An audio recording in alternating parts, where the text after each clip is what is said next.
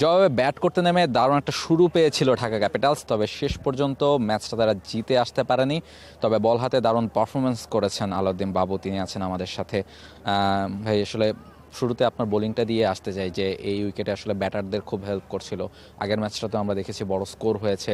আপনার বোলিংয়ের প্ল্যানটা কী ছিল বা কীভাবে আসলে উইকেটগুলো বের করেছেন?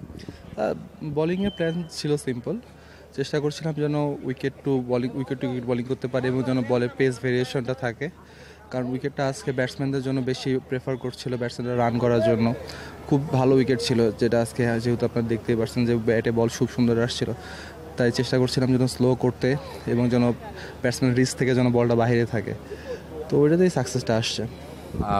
আপনারা কি একটু বেশি রান খরচা করে ফেলেছেন বলে মনে হয় কিনা?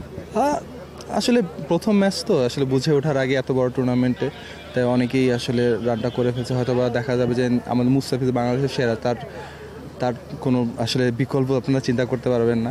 দেখা যাবে নেক্সট ম্যাচে মুস্তাফিজ এর থেকে অর্ধেকেরও কম রান দিয়ে দেখা যাবে যে 4 ওভার বোলিং করে ফেলছে।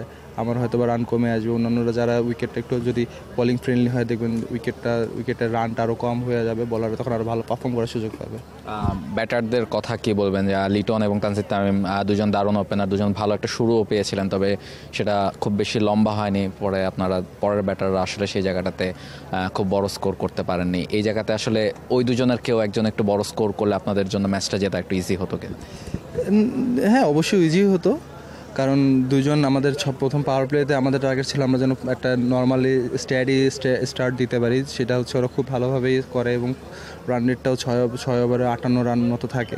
পরবর্তীতে এটা আমাদের ব্যাটিং ব্যর্থতা বলতে হবে, কারণ পরবর্তীতে আমরা কেউ ক্যারি করতে পারিনি। তানজিদ তামিম, লিটন, সোহান, পাশাপাশি আমাদের বিদেশি খেলোয়াড়রা যারা ছিল এবং তিসারা ভালো স্টার্ট দিচ্ছিল, কিন্তু শেষ পর্যন্ত ফিনিশ করতে পারিনি, আমরা কেউই পারিনি। তো প্রথম ম্যাচ, আশা করছি এই জিনিসগুলো আমরা কাটিয়ে উঠবো। নেক্সট ম্যাচ থেকে আশা করছি আমরা এই জিনিসগুলো কাটিয়ে ভালো ব্যাটিং করবো। থ্যাংক ইউ সো মাচ ভাই, thank you, best of luck for the tournament.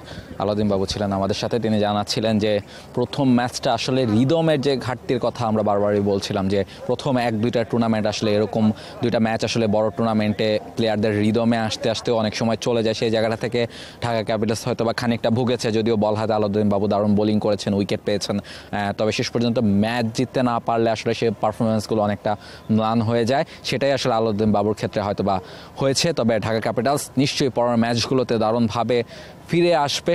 তাদের যে নাম বা তারা যেভাবে টুর্নামেন্টটা শুরু করতে চেয়েছিল সেভাবে শুরু করতে না পারলেও টুর্নামেন্টে এখন অনেকটা পথ বাকি।